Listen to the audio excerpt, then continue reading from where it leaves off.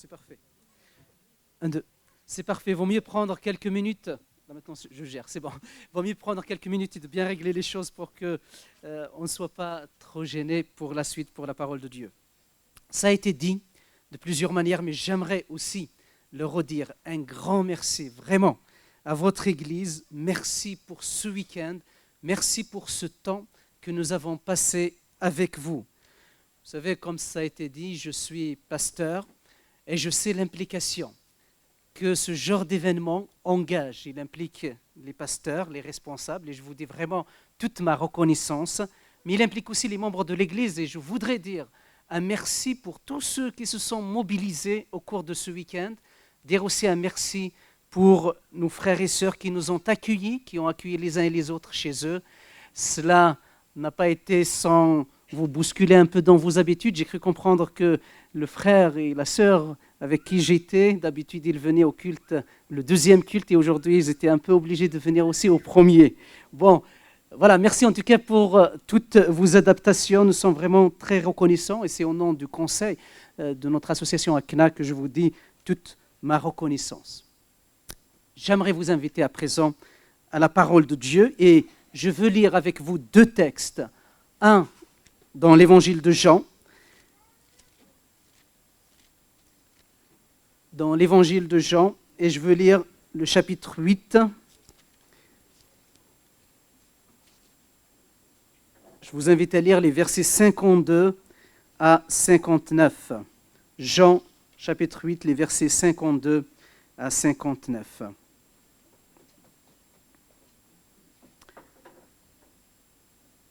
Les Juifs disent à Jésus, « Maintenant, nous savons que tu as en toi un démon. Abraham est mort, les prophètes aussi. Et toi, tu dis, si quelqu'un garde ma parole, il ne goûtera jamais à la mort. Es-tu plus grand que notre père Abraham, qui est mort? Les prophètes aussi sont morts. Qui prétends-tu être? » Jésus répondit, « Si je me glorifie moi-même, ma gloire n'est rien. C'est mon Père qui me glorifie, lui dont vous dites il est votre Dieu. Et vous ne le connaissez pas, moi je le connais. Si je disais que je ne le connais pas, je serais semblable à vous, un menteur. Mais je le connais et je garde sa parole. Abraham, votre père, a tressailli d'allégresse à la pensée de voir mon jour, et il l'a vu, il s'y réjouit. Les Juifs lui dirent, « Tu n'as pas encore 50 ans et tu as vu Abraham. » Jésus leur répondit, en vérité, je vous le dis, avant qu'Abraham fût, je suis. Là-dessus, les Juifs prirent des pierres pour les lui jeter, mais Jésus se cacha et sortit du temple. Le deuxième texte, c'est dans la Torah, dans l'Exode, au chapitre 3. Et je vais lire avec vous les versets 13 à 15. Exode, chapitre 3, verset 13. Moïse dit à Dieu, « J'irai donc vers les Israélites et je leur dirai, le Dieu de vos pères m'a envoyé vers vous. Mais s'ils me demandent quel est son nom, que leur répondrai-je » Dieu dit à Moïse, « Je suis celui qui suis. » Et il ajouta, « C'est ainsi que tu répondras aux Israélites, celui qui s'appelle « Je suis » m'a envoyé vers vous. » Dieu dit encore à Moïse, « Tu parleras ainsi aux Israélites, l'Éternel, le Dieu de vos pères, le Dieu d'Abraham, le Dieu d'Isaac, le Dieu de Jacob, m'a envoyé vers vous. Voilà mon nom pour l'éternité. Voilà comment je veux être invoqué de génération en génération. » Jusqu'ici, la parole de Dieu, notre lecture. Pour certains, Jésus est un homme sage. Il a dit des choses sensées, intelligentes, utiles pour la société et éthiquement correctes. D'autres vont encore plus loin. Ils disent « Jésus est un prophète ». C'est le cas de ces personnes qui viennent juste de nourrir en multipliant les 5 pains et les 2 poissons. C'est encore le cas de cette femme samaritaine qui va reconnaître en Jésus-Christ le prophète. Et c'est aussi le cas de nos amis musulmans qui vont reconnaître en Jésus un prophète. Pour vous, qui est vraiment Jésus?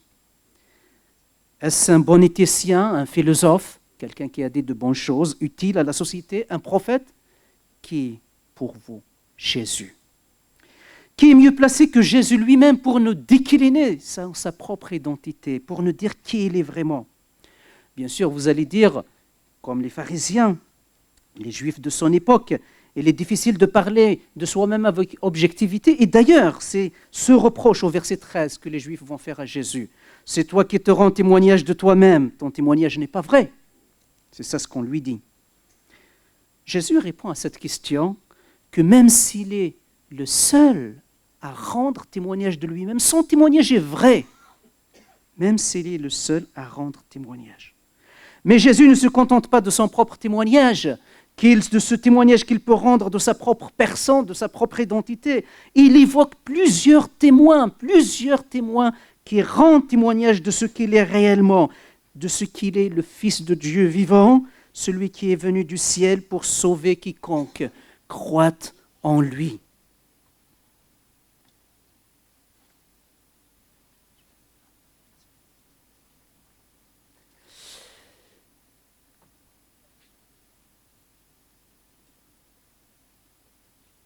Le premier témoignage que Jésus évoque ou appelle à la barre, puisqu'on est vraiment dans un procès, ce sont les Écritures.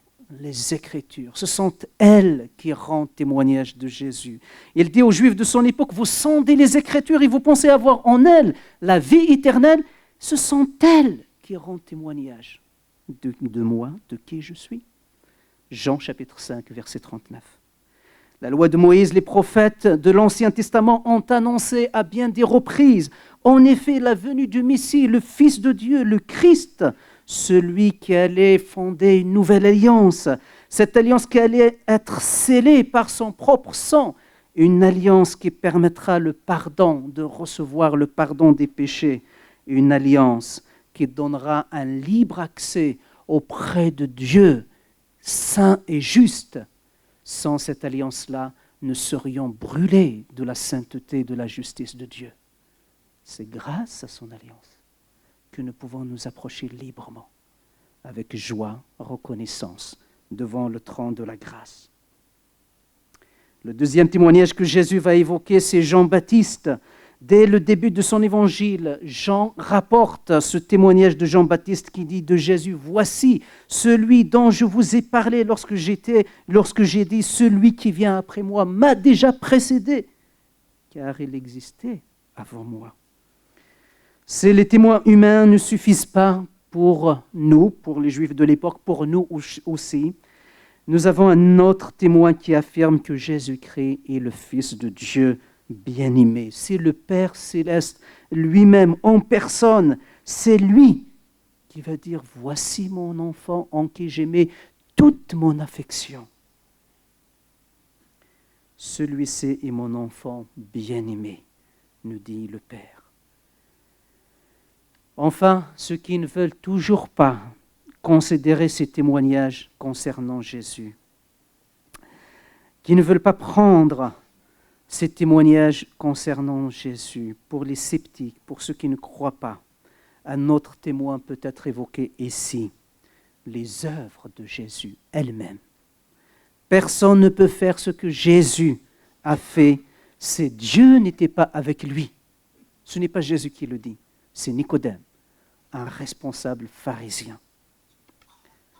Les nombreux miracles de Jésus accomplis par Jésus, la multiplication des pains, les guérisons, même les résurrections, tout cela atteste que Jésus est Seigneur et qui a la maîtrise de toutes choses. Jésus disait aux Juifs de son époque, « Ce qui me rend témoignage, ce sont les œuvres que moi, je fais au nom de mon Père. » Chapitre 10, verset 25.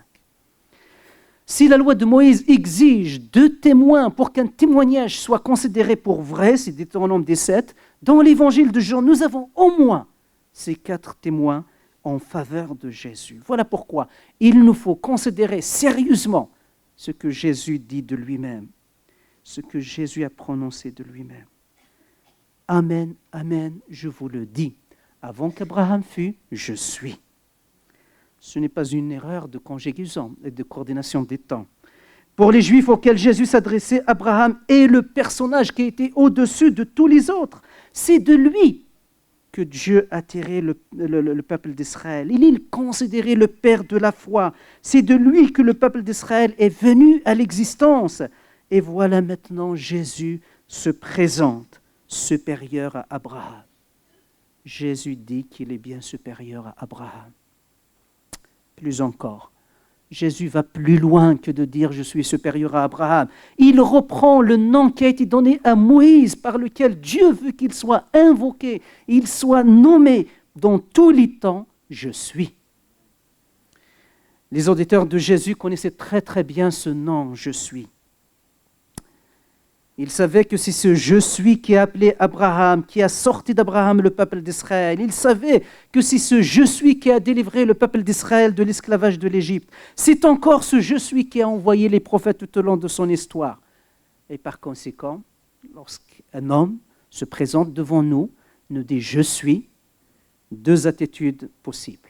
Il n'y en a pas trois, deux. Soit se mettre à genoux et commencer à l'adorer parce qu'il est Dieu, soit il faut le lapider. Il faut le lapider car il blasphème le Seigneur. Hélas.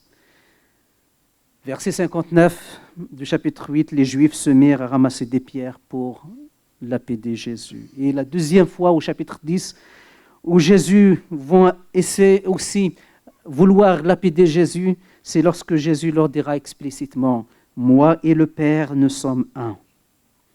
Jésus se présente dans l'Évangile comme se présente dans l'Évangile comme plus qu'un bon enseignant, plus qu'un bon philosophe, plus qu'un bon éthicien. Il se présente simplement comme le Seigneur, celui qui était dès le commencement, celui qui vient sur la terre. Oui, Jésus, il est celui qui a accompli, conduit le peuple d'Israël et a fait bien des choses. Et c'est cela qui ressort d'une manière très forte dans l'Ancien Testament. Dans l'Évangile de Jean, Jésus dit « Je suis » à 7 reprises avec un compliment. Il nous a été rappelé lors de la scène « Je suis le pain de vie ». Jésus a dit aussi « je suis la lumière du monde, je suis la porte, je suis la résurrection et la vie, je suis le bon berger » et ainsi de suite. Et dans ce chapitre 8, il dit à 7 reprises, à 7 reprises, il dit qu'il est « je suis », mais sans un compliment, excepté au verset 12. Toutes ces répétitions de « je suis », Jean ne les a pas placées au hasard dans son évangile. C'est pour attirer l'attention de ses auditeurs, de nous par conséquent, sur qui ce « je suis ». C'est pour, il fait allusion clairement au « je suis » présenté dans l'Ancien Testament, au « je suis » dont Moïse nous a parlé clairement. Oui, ce nom « je suis » qui est traduit en français par l'Éternel dans l'Ancien Testament, où le Seigneur reproduit, à vrai dire, cette phrase « je suis », c'est un inaccompli, c'est l'auxiliaire « être », le verbe « être », au présent c'est l'inaccompli. C'est Yahvé qui a donné donc le sens au tétragramme qu'on appelle Yahvé, Yahweh, ou encore l'Éternel qu'on traduit l'Éternel, le Seigneur.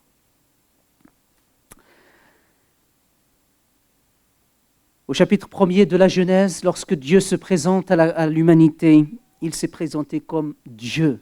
C'est le terme Elohim qui revient, un terme employé pour parler de toutes les divinités.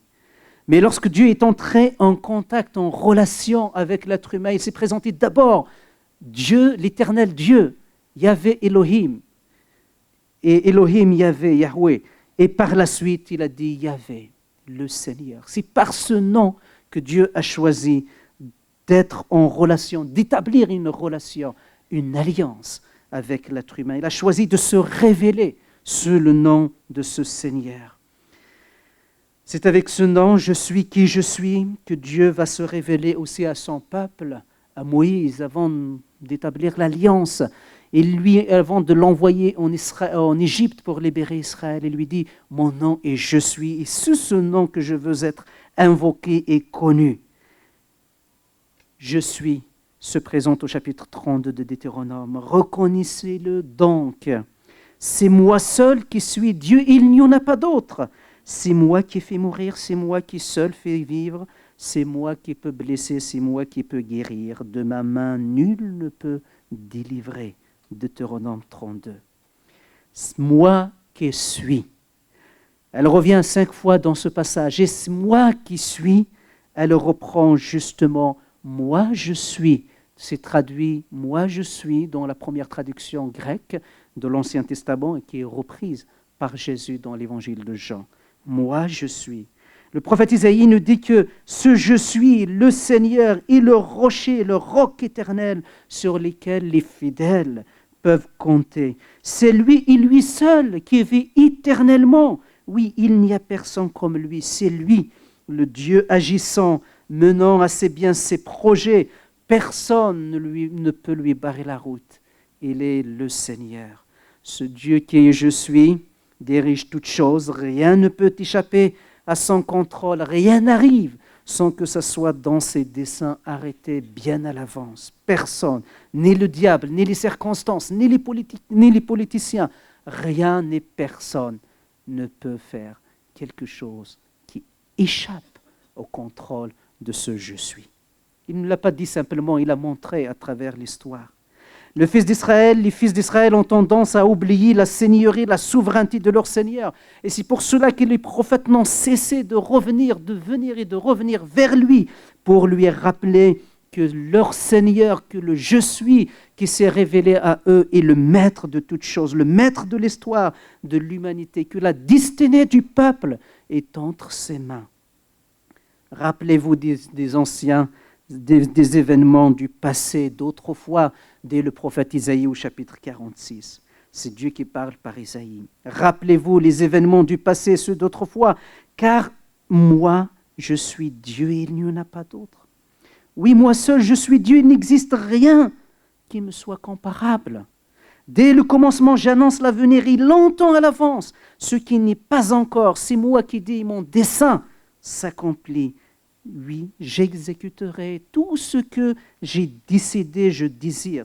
C'est moi qui appelle de l'Orient l'oiseau de proie d'un pays éloigné, l'homme prévu pour mes desseins. Ce que je déclare, je l'accomplis. Ce que j'ai résolu, je l'exécute, dit le Seigneur. Une parole dite au moment où Israël allait être déporté en exil, dans les moments les plus exigeants, les plus difficiles que le peuple traversait.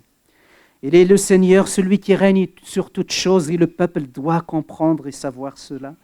Il n'est pas comme les idoles qui ont besoin d'être portées par leurs adorateurs, par leurs fidèles. Le Seigneur, c'est le contraire, c'est lui qui porte son peuple. C'est lui qui porte son peuple et qui pourvoit aux besoins de son peuple. C'est lui encore qui accomplit ses projets de bonheur et non de malheur qu'il a formés sur son peuple. Abderrahman, notre frère Abderrahman Nahad, fait allusion à cette parole de Jérémie. Le Dieu de l'Ancien Testament, le Je suis de l'Ancien Testament, est le Dieu unique, souverain, le seul. Un Dieu qui ne change pas, même lorsque le peuple n'a pas su rester fidèle à son Seigneur, n'a pas pu rester fidèle à son Seigneur. Ce Seigneur-là, riche en bonté et en miséricorde, demeure toujours le même, fidèle, hier, aujourd'hui, pour toujours. C'est un Dieu bon, fidèle. Oui, une fidélité qui va jusqu'au bout. Ce Dieu saint et juste qui a appelé Abraham du sein d'un peuple idolâtre, ce Dieu qui a fait bien des choses, qui a délivré son peuple, qui a conduit son peuple en dehors de l'Égypte, de l'esclavage d'Égypte, ce Dieu, ce je suis, qui a conclu une alliance avec son peuple. Le résumé de l'alliance qui se trouve dans le livre de Lévitique au chapitre 26, à la fin de la conclusion de l'alliance, après avoir dit les bénédictions et les malédictions, les engagements du Seigneur, les responsabilités du peuple, une phrase vient conclure l'alliance. Vous êtes mon peuple, je suis votre Dieu. C'est cette phrase qui va être répétée tout au long de l'histoire pour rappeler que le peuple d'Israël est le peuple de Dieu et que Dieu est son peuple et que Dieu est son Dieu.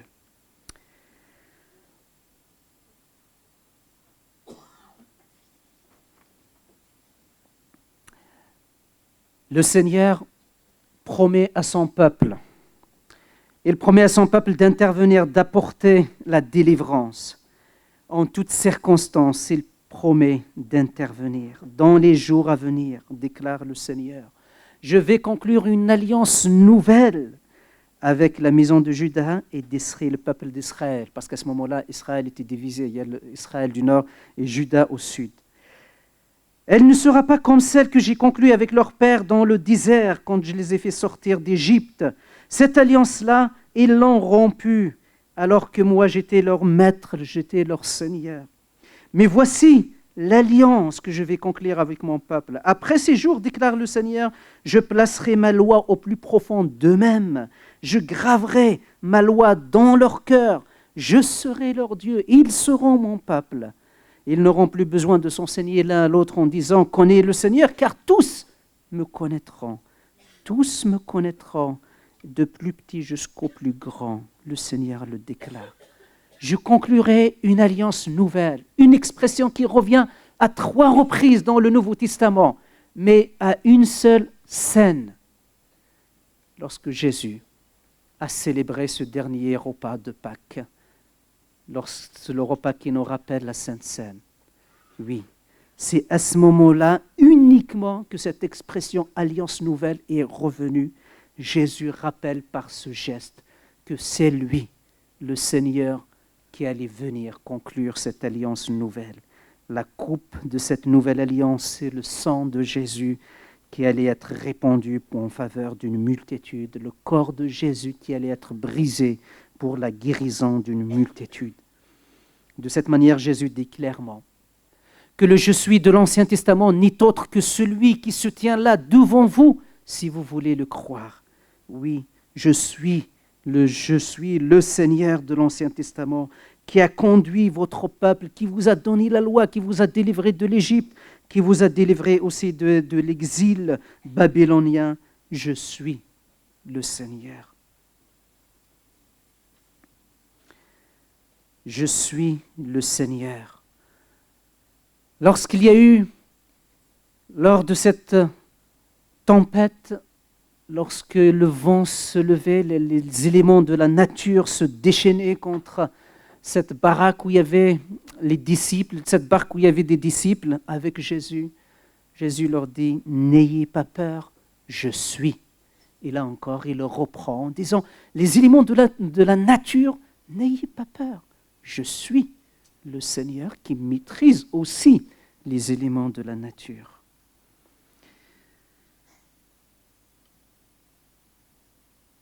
Pierre, en voyant tout ce que Jésus a accompli, arrive à cette conclusion. « Tu es le Christ, le Fils de Dieu vivant. Heureux sois-tu, lui dit Jésus, car le Père t'a révélé cela. » Jean l'évangéliste, dès le début de son évangile, commence par nous présenter Jésus comme celui qui est la parole de Dieu, devenu chair, habité parmi nous. Nous avons contemplé sa gloire, la gloire du Fils unique par son Père, plénitude et grâce, vérité. L'auteur de l'Épître aux Hébreux nous dit aussi, autrefois Dieu nous a parlé par les prophètes, mais aujourd'hui, qui sont les derniers, Dieu nous a parlé par le Fils. Ce Fils est le rayonnement de la gloire de Dieu, l'expression parfaite de l'être de Dieu.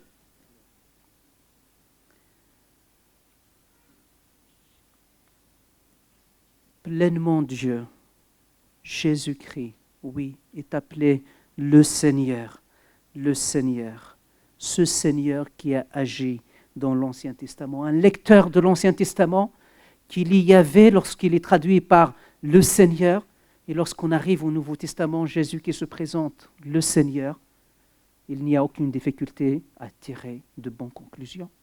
Le Seigneur de l'Ancien Testament n'est autre que le Seigneur du Nouveau Testament révélé dans le Nouveau Testament. Jésus-Christ est Seigneur est tellement important que cela résumait la foi des premiers chrétiens. L'apôtre Paul écrit « Si de ta bouche tu déclares que Jésus-Christ est Seigneur et si dans ton cœur tu crois que Dieu l'a ressuscité d'entre les morts, tu seras sauvé. » Jésus-Christ est Seigneur. Il est Dieu, pas moins que Dieu, pleinement Dieu. Oui, il est pleinement Dieu. La question qui se pose maintenant est de savoir quelle conclusion tirons-nous de cette affirmation de Jésus, une affirmation très appuyée par des témoignages vrais, juridiquement recevables. Sommes-nous comme les pharisiens auxquels Jésus s'adressait au chapitre 8 de l'évangile de Jean, ou bien voudrions-nous être comme ces disciples sensés, comme Pierre et bien d'autres, qui tirent de bonnes conclusions de ce qu'ils ont entendu de Jésus-Christ? Quelle attitude adopter face à Jésus, face à ce « je suis » qui se présente devant nous dans le Nouveau Testament? Qu'est-ce que nous allons faire? La foi, l'obéissance, être conséquent, ou bien, au contraire, l'incrédulité et le rejet. Reconnaître Jésus-Christ comme son Seigneur ne se fait pas uniquement le jour de notre conversion, c'est une attitude que nous sommes appelés à avoir jour après jour, tout au long de notre vie. Laissez Jésus-Christ devenir le maître de notre vie, c'est-à-dire laissez Jésus-Christ devenir celui qui dirige toutes choses, tous les domaines de notre vie chrétienne. Autant que chrétiens, que nous soyons fraîchement convertis ou encore convertis de longue date, est-ce que Jésus est réellement le Seigneur dans notre vie? Ou bien est-ce qu'il vient après bien des priorités de notre vie? Et pour être sincère avec nous-mêmes, il nous suffit simplement de voir comment nous gérons notre temps, comment nous gérons nos ressources, comment nous gérons notre vie pour savoir si réellement Jésus est Seigneur ou pas. Si Jésus vient à la fin de la journée avec une toute petite prière pour clore la journée et passer une nuit paisible et calmer sa conscience au passage, je ne suis pas sûr que nous puissions dire que Jésus est Seigneur. Si Jésus vient début, tout au long de la journée, la fin de la journée, là oui, nous pouvons le dire. Reconnaître Jésus comme son Seigneur ne se fait pas simplement à la conversion.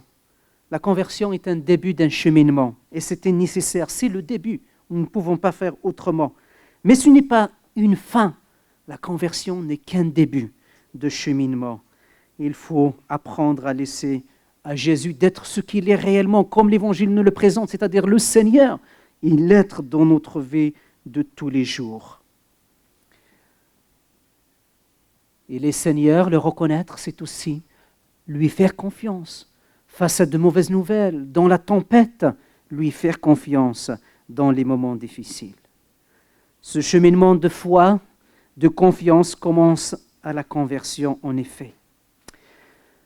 La démarche de la conversion est personnelle. Si jusqu'ici j'ai parlé aux chrétiens, j'aimerais m'adresser aux non-chrétiens.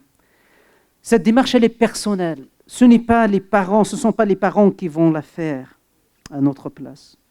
C'est chacun qui va prendre cette décision pour soi-même.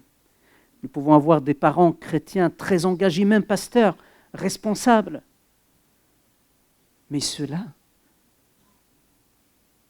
ne nous assure de rien. C'est une décision que chacun personnellement doit prendre et d'inviter Jésus de dire face à ce que je perçois, je comprends de l'Évangile, de qui est Jésus. Je veux que Seigneur, que Jésus, tu sois le Seigneur de ma vie. Et au passage aussi, le Sauveur de ma vie. Pour ceux qui entendent peut-être pour la première fois la nécessité de prendre une décision concernant Jésus, j'aimerais vous encourager à le faire, à réfléchir, à ne pas hésiter, à vous tourner vers les responsables, à prendre un chrétien à côté de vous, lui dire, de vous expliquer comment le faire concrètement. Et nous serions heureux, les responsables de l'Église aussi, de vous accompagner dans cette démarche. Mais pour ceux qui entendent pour une énième fois, encore pour une énième fois, qu'il faut prendre une décision concernant Jésus, reconnaître que Jésus est Seigneur parce que vous fréquentez l'Église, parce que vous êtes des enfants d'une famille d'Église, et que jusqu'ici, vous n'avez pas encore votre décision, vous n'avez pas encore pris votre décision. C'est nécessaire de prendre le temps de réfléchir. Mais j'aimerais vous dire que les temps sont aussi entre les mains de ce Seigneur et que rien ne nous prouve que dans l'instant d'après, nous serons toujours là. C'est le temps de la grâce Il faut réfléchir, reconnaître ce Seigneur. Mais après, c'est le temps de jugement. Si nous n'avons plus ce Seigneur qui va nous défendre face à la colère à venir, personne ne pourra le faire à notre place. Surtout pas notre insouciance. Surtout pas nos œuvres religieuses, aussi bonnes, aussi extraordinaires soient-elles. Elles ne pourront pas nous justifier devant la colère à venir. Seul le Seigneur peut nous sauver, Jésus-Christ. Voilà pourquoi il est nécessaire de prendre la décision, de se mettre à genoux devant ce Seigneur, de le reconnaître qu'il est le Maître, le Seigneur, et qu'en dehors de lui, il n'y en a pas d'autre Dieu. Oui, c'est cela qui ressort clairement dans l'Évangile. C'est cela qui ressort dans toute la parole de Dieu. J'aimerais, pour terminer, lire un passage. Tout à l'heure, j'ai lu dans Exode, le début de la Bible, et cette fois-ci dans l'Apocalypse, la fin, le dernier livre de la Bible. Jean qui nous présente simplement ce Seigneur, ce Maître qui règne pour toute l'éternité. C'est au chapitre 1, il dit « Je vis 7 porte-lampes d'or. Au milieu des porte-lampes, quelqu'un qui ressemblait à un fils d'homme. Il était vêtu d'une longue robe, portait une ceinture d'or à la poitrine. Sa tête et ses cheveux étaient blancs comme laine blanche, comme la neige. Ses yeux étaient comme un feu flamboyant. Ses pieds ressemblaient à du bronze incandescent. Sa voix était comme le bruit de grandes eaux. Il avait dans sa main droite 7 étoiles. Dans sa bouche sortait une épée à double tranchant, une épée acérée. Et son visage était comme le soleil lorsqu'il brillait dans toute sa puissance. Quand je le vis, je tombais à terre comme mort. Alors il posa sa main sur moi et me dit « N'aie pas peur, car moi je suis le premier et le dernier, je suis le vivant. Je suis mort, mais je suis vivant à tout jamais. J'ai les clés de la mort et du séjour des morts. J'ai les clés de la vie. N'aie pas peur. » Si nous voulons maintenant fléchir le genou aujourd'hui, le temps de grâce, pour reconnaître qu'il est Seigneur, l'adorer, nous allons entendre cette belle parole de sortir de sa bouche le jour de jugement en nous disant « N'aie pas peur. Je suis le premier, le dernier. C'est moi qui t'ouvre la vie éternelle pour toujours. » Mais si nous ne voulons pas le reconnaître aujourd'hui, fléchir aujourd'hui le genou devant lui et reconnaître qu'il est Seigneur, sachez que jour de jugement, nous le ferons tous. Tout genou fléchira devant lui et toute langue confessera, reconnaîtra qu'il est vraiment le Seigneur. Mais ce sera trop tard pour ceux qui ne l'auront pas fait auparavant. Voilà pourquoi je vous invite à fléchir le genou et à le faire dès à présent. Jésus-Christ est Seigneur à la droite de Dieu le Père. Je vous invite à un moment de prière.